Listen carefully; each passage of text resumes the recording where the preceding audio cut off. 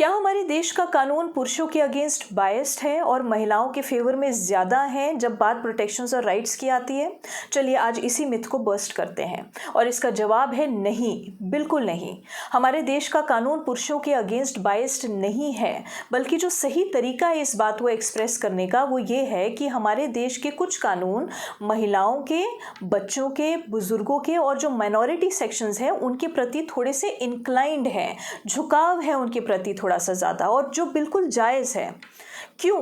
वो इसलिए क्योंकि हिस्टोरिकली और सोशली, जैसा आप और मैं हम सभी जानते हैं, इन्हीं सेक्शंस ने सबसे ज़्यादा हैरेसमेंट देखा है, उत्पीड़न देखा है, प्रताड़नाएं झेली है, अब्यूज़ झेला है, इनइक्वालिटीज़ झेली हैं।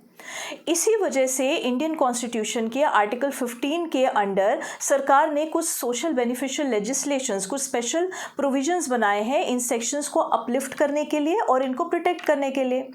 तो कौन कौन से ऐसे कानून हैं, कुछ हम डिस्कस कर लेते हैं। सबसे पहला तो protection of women from domestic violence act जो 2005 का कानून है, ठीक है जी। डाउरी प्रोहिबिशन एक्ट 1961 है।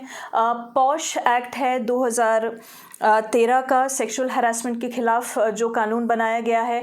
पॉक्सो का एक्ट है 2012 का, जो बच्चों के साथ जो सेक्सुअल हरासमेंट होता है उन बच्चों को प्रोटेक्ट करने के लिए बनाया गया है। सेक्शन 498 AIPC की हम अगर बात करें तो वो महिलाओं को प्रोटेक्ट करती है cruelty against husband and in laws, जिनको आज हम सेक्शन 85 भारतीय न्याय संहिता कहते हैं, ठीक है जी। माइनॉरिटीज़ एक्ट बनाया गया है और माइनॉरिटीज़ के प्रोटेक्शन के लिए बहुत सारे और भी स्कीम्स बनाए गए हैं, ठीक है।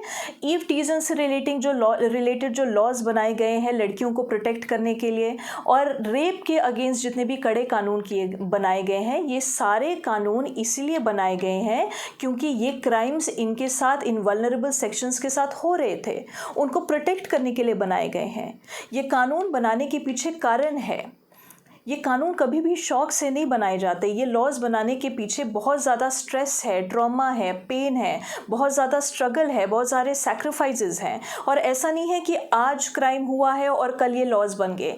बहुत लंबे समय तक जब क्राइम्स को ऑब्जर्व किया जाता है और ये देखा जाता है कि बहुत ज़्यादा प्रताड़नाएं हो रही हैं एक पर्टिकुलर सेक्शन के साथ, तो उनको रोकने के लिए, उन सेक्शंस को, उन वल्नरेबल सेक्शंस को प्रोटेक्ट करने के लिए ये कानून बनाए जाते हैं। और इतने प्रोटेक्टिव लेजिस्लेशंस होने के बाद भी हमारे देश में आज भी लड़कियों को, महिलाओं को दहेज के लिए मारा काटा जा रहा है, सेक्सुअल हरासमेंट अभी भी हो रहा है, रेप अभी भी हो रहे हैं, अभी भी दहेज का लेन देन हो रहा है। तो ज़रा आप सोचिए कि अगर ये लॉस थोड़ी देर के लिए, मान लीजिए 1 महीने के लिए भी अगर हटा दिए जाएं, तो क्राइम का लेवल कहाँ से कहाँ पहुँच जाएगा। तो प्रॉब्लम इन लॉज को इनैक्ट करने में नहीं है। ये लॉज बिल्कुल सही है, ये लॉज जो बनाए गए हैं इनकी हमें बहुत ज़्यादा ज़रूरत है। प्रॉब्लम है इन लॉज का मिसयूज़, जिनको एड्रेस करना बहुत ज़्यादा ज़रूरी है। This is an admitted fact.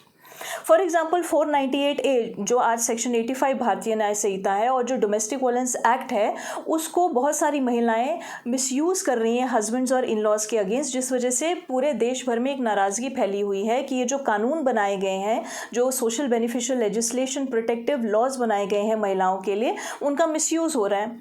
लेकिन हम ये भी अच्छे तरीके से जानते हैं कि समय समय पर सुप्रीम कोर्ट ने इनफैक्ट बहुत सारे गाइडलाइंस इशू किए हैं इन मिसयूजेस को रोकने के लिए, राइट। तो लॉज जो इनैक्ट किए जा रहे हैं, जो कानून बनाए जा रहे हैं, जो कानून बनाने वाले हैं, वो गलत नहीं है। अगर लॉज सही तरीके से एग्जीक्यूट नहीं हो रहे, इम्प्लीमेंट नहीं हो रहे, अगर सिस्टम में लूप होल्स हैं, तो इसमें लॉज बनाने वालों की कोई गलती नहीं है, राइट। और अगर सही तरीके से प्रोसीजर्स यूज़ नहीं हो रहे, जो लॉज जिस तरीके से बनाए गए हैं, जो उनका जो सही इंटरप्रिटेशन है, अगर वो सही तरीके से प्रोसीजर्स हम फॉलो नहीं कर रहे हैं, तो इसमें लॉज बनाने वालों की, उन लॉज के इनैक्टमेंट में आप क्वेश्चन नहीं कर सकते हैं। फॉर एग्जाम्पल डोमेस्टिक वायलेंस की बात कर लेते हैं, ठीक है। सेक्शन 23 डोमेस्टिक वायलेंस एक्ट जो कि इंटरम ऑर्डर्स की बात करती है, राइट। और बहुत सारे आदमी हमारे देश में है, बहुत ज़्यादा परेशान है, इन लॉज परेशान है इस एक्ट को लेकर। वो कहते हैं कि महिलाएं 2-4 पेज की एप्लीकेशन लेकर आती हैं, वो डोमेस्टिक वायलेंस का केस कंप्लेंट फाइल करती हैं, और उनके फेवर में लॉज जो इंटरम ऑर्डर्स हैं, चाहे वो प्रोटेक्शन ऑर्डर हो, रेजिडेंस ऑर्डर हो, मॉनिटरी ऑर्डर हो, वो उनके फेवर में पास हो जाते हैं, राइट, जो कि गलत है। अब बहुत सारे जो पुरुष हैं हमारे देश में और जो इन लॉज हैं वो ये समझते हैं कि घरेलू हिंसा का जो कानून है वो उनके अगेंस्ट बनाया गया है, which is not the right way of taking it. ठीक है, जो घरेलू हिंसा का कानून बनाया गया है वो जेन्युइन विक्टिम्स को प्रोटेक्ट करने के लिए बनाया गया है। अब सवाल ये है कि क्या ये कानून जो डोमेस्टिक वायलेंस का कानून है क्या ये पुरुषों के अगेंस्ट है? नहीं। क्या इसमें कोई ऐसे जिस तरीके से ये बनाए गए हैं, जो प्रोविजंस बनाए गए हैं, क्या वो पुरुषों के अगेंस्ट है या उनको भी कुछ हद तक प्रोटेक्ट करने की काबिलियत रखते हैं? अगर उस चीज़ को हम ध्यान से समझने की कोशिश करें तो हमें पता ये लगेगा कि ये लॉज पुरुषों के अगेंस्ट नहीं बनाए गए हैं, ये इन लॉज के अगेंस्ट नहीं बनाए गए हैं, बल्कि ये वल्नरेबल सेक्शंस को प्रोटेक्ट करने के लिए बनाए गए हैं।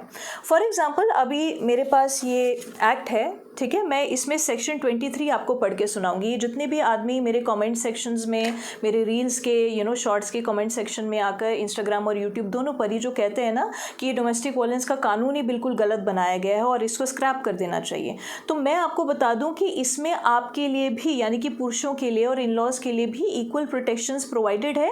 जैसा मैंने कहा कि अगर कोई सही प्रोसीजर फॉलो नहीं कर रहा है, ठीक है ना, जो लीगल स्टेक होल्डर्स हैं अगर वो सही प्रोसीजर फॉलो नहीं कर रहे हैं तो फिर लॉज जो बनाए गए हैं उनको ब्लेम नहीं किया जा सकता। चलिए मैं सेक्शन 23 आपको रीड करके बताती हूँ और फिर मैं आपके साथ बात करती हूँ। ये सेक्शन 23 है डोमेस्टिक वायलेंस एक्ट की, जो कहती है, इसका जो सबसेक्शन 2 है वो ये कहता है कि if the magistrate is satisfied that an application prima facie discloses that the respondent is committing or has committed an act of domestic violence, or that there is a likelihood that the respondent may commit an act of domestic violence, he may grant an ex parte order on the basis of the affidavit। इसमें कहने का मतलब ये है कि जब भी कोई महिला कोई डोमेस्टिक वायलेंस का केस कोर्ट में प्रेजेंट करती है तो अगर मजिस्ट्रेट सेटिस्फाइड होते हैं प्राइमा फेशे का मतलब होता है on the face of it, कि एप्लीकेशन कंप्लेंट देखकर ही पता लगना चाहिए कि उसके साथ कोई प्रताड़ना हुई है, कोई वायलेंस हुआ है। तो अगर तो मजिस्ट्रेट को वो जो कंप्लेंट है under section 12 application section 12 of domestic violence act, जिसके तहत वो कोर्ट में इंसाफ मांगने आई है, अगर उसको देखते ही अगर ये पता लग जाता है कि इसके साथ कोई प्रताड़ना हुई है, अब वो कैसे पता लगेगा? अगर FIR की कॉपी लगी है, कोई इमेजेस हैं जिसमें इंजुरीज शो हो रही हैं, कोई मेडिकल सर्टिफिकेट हो सकता है, MLC हो सकती है, बाकी कोई ऐसा डॉक्यूमेंट इमोशनल अब्यूज़ का हो सकता है, फाइनेंशियल अब्यूज़ का हो सकता है, कोई भी ऐसा प्रूफ हो सकता है ऑन रिकॉर्ड जिससे ये पता लगे कि उस महिला के साथ, उस बच्चे के साथ कुछ गलत हुआ है। तो अगर तो जज साहब को ये देखते ही समझ में आ जाएगा कि इस महिला के साथ कुछ ना कुछ प्रताड़ना हुई है तो ही वो एक्स पार्टे ऑर्डर्स पास करेंगे, एक तरफा ऑर्डर्स पास करेंगे। नहीं तो प्रोसीजर क्या है? सिंपल नोटिस जाएगा दूसरी पार्टी को, यानी कि हस्बैंड को और इन लॉज को, उनको बुलाया जाएगा, वो ऑब्जेक्शंस फाइल करेंगे, फिर इंटरम एप्लीकेशन पे बहस होगी, बहस होने के बाद देखा जाएगा कि जो महिला है उसको ऑर्डर्स मिलेंगे या नहीं मिलेंगे। और साथ ही साथ अगर तो उस महिला के पास हो सकता है कि कोई सबूत अभी फ़िलहाल हो ही ना, क्योंकि बहुत सारी महिलाओं के फेवर में जो सबूत होते हैं वो डिस्ट्रॉय कर दिए जाते हैं। फिर क्या प्रोसीजर है? अब इसका प्रोसीजर भी डोमेस्टिक वायलेंस एक्ट में दिया गया है और प्रोसीजर ये कहता है कि अगर तो महिला एक कंप्लेंट लेकर जज के पास आई है, मजिस्ट्रेट के पास आई है और उनके पास कोई प्रूफ नहीं है, तो जो मजिस्ट्रेट हैं वो उस कंप्लेंट की एक कॉपी जो प्रोटेक्शन ऑफिसर है उनको फॉरवर्ड करेंगे और उनको डायरेक्शंस देंगे कि इस पर्टिकुलर कंप्लेनेंट के केस में इन्वेस्टिगेशन कंप्लीट करके डोमेस्टिक इंसिडेंट रिपोर्ट कोर्ट में जमा करें। तो जैसे ही डोमेस्टिक इंसिडेंट रिपोर्ट कोर्ट में फाइल होगी उसके बाद देखा जाएगा कि उस लेडी के फेवर में कोई इंटरम ऑर्डर्स पास होंगे या नहीं, चाहे वो प्रोटेक्शन ऑर्डर हो, रेजिडेंस ऑर्डर हो या मॉनेटरी ऑर्डर्स हो। तो क्या ये सेक्शन पुरुषों को प्रोटेक्ट नहीं करती है? और इसी सेक्शन की बात नहीं मैं कर रही, इसके अलावा और भी जितनी भी सेक्शंस हैं, सेक्शन 17, 18, 19, 20, 21, 22 जितने भी सेक्शंस हैं, उन सभी सेक्शंस में ये बारीकी से ड्राफ्ट किया गया है, बारीकी से ये लिखा गया है कि जब तक महिला साबित नहीं करती, प्राइमा फेशे साबित करना है उसको कि उसके साथ प्रताड़ना हुई है, नहीं तो इन्वेस्टिगेशन करके रिपोर्ट आएगी उनके पास।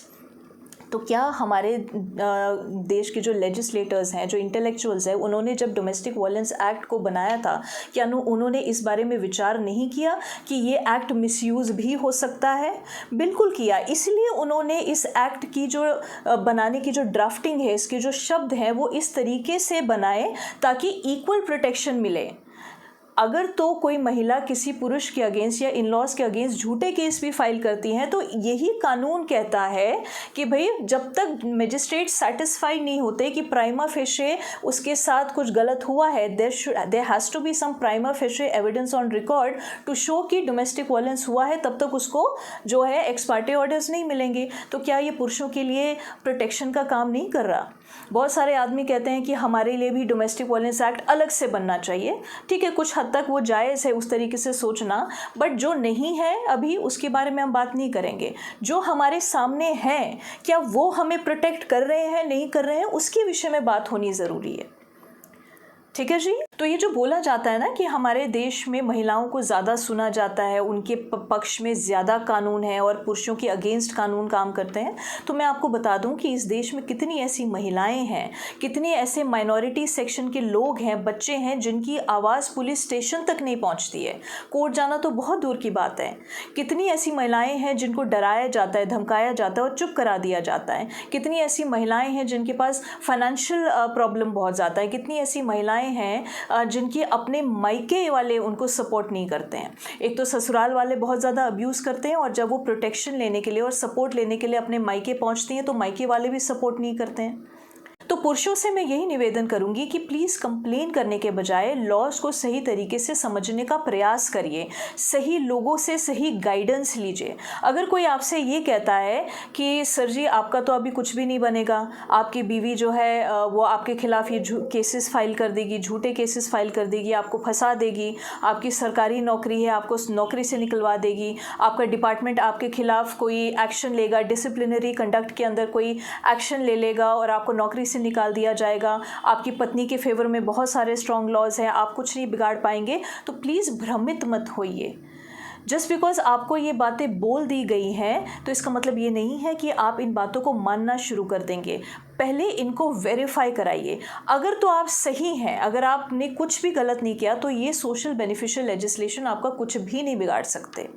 अब ये बात सुन के जाहिर सी बात है बहुत सारे पुरुष ऐसे भी होंगे जो ये कमेंट करेंगे कि उन आदमियों का क्या जिनके अगेंस्ट झूठे केसेस फाइल किए गए थे और उन्होंने जेल की हवा भी खाई, उन्होंने वो कन्विक्ट किए गए और उसके बाद वो रिहा हुए और पता लगा कि उनके अगेंस्ट जितने भी केसेस फाइल किए थे, जो चार्जेस लगे थे, वो सारे झूठे थे, नहीं? तो उन लोगों का क्या, उन आदमियों का क्या?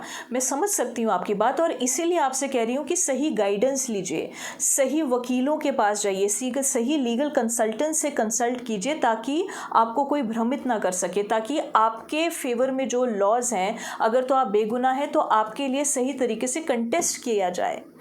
राइट? कहीं ना कहीं कमी जो है कानून बनाने वालों से नहीं हुई है, कानून, जैसा मैंने पहले भी कहा, कानून इम्प्लीमेंट एग्जीक्यूट करने वालों से हो रही है। ठीक है जी।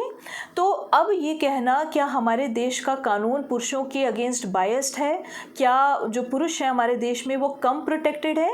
जी नहीं, बिल्कुल नहीं। जस्ट बिकॉज हमारे देश में जो कुछ वल्नरेबल सेक्शंस हैं जिनको ज़्यादा प्रोटेक्शन की ज़रूरत है, अपलिफ्टमेंट की ज़रूरत है सरकार की तरफ से, जस्ट बिकॉज उनके लिए कुछ लॉज एक्स्ट्रा बनाए गए हैं उनको प्रोटेक्ट करने के लिए, इसका मतलब ये नहीं है कि वो कानून पुरुषों के अगेंस्ट है। ठीक है जी, चलिए, प्रणाम।